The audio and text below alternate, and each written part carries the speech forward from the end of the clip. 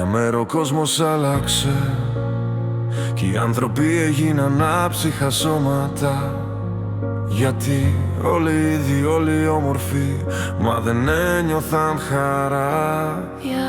Γέλια πλαστικά στις οθόνες, ζωές που μοιάζουν φωτεινές. Η αλήθεια όμως τρέμω παίζει, δεν τη βλέπεις αν δεν θες. Μην είσαι περίεργος, μη ρωτήσεις το γιατί, μη σπάσεις το παραμύθι που κρατάει το κόσμο στη γη. Γιατί αν μπεις στην αλήθεια θα γεράσει η στιγμή κι ό,τι ζήσαμε ως τώρα θα χαθεί με ένα φιλί. Μην είσαι περίεργος, πάψε να ρωτάς το γιατί. γέμισαν οι δρόμοι φως, μα οι καρδιές άδειες καρδιές, κυνηγώντας μια ευτυχία που μετριέται με likes και ευχές. Μα δεν το βλέπεις, χάσαμε την ανθρωπιά μας. Οι ουρανοί βλέπουν την πηγή μας και γελούν από ντροπή.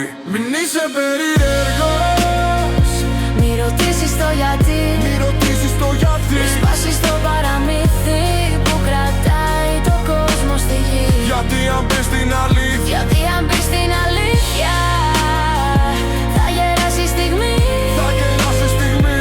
κι ό,τι ζήσαμε ως τώρα θα χαθεί με ένα φιλί. Με ένα φιλί. Μην είσαι περίεργος, πάψε να ρωτάς το γιατί.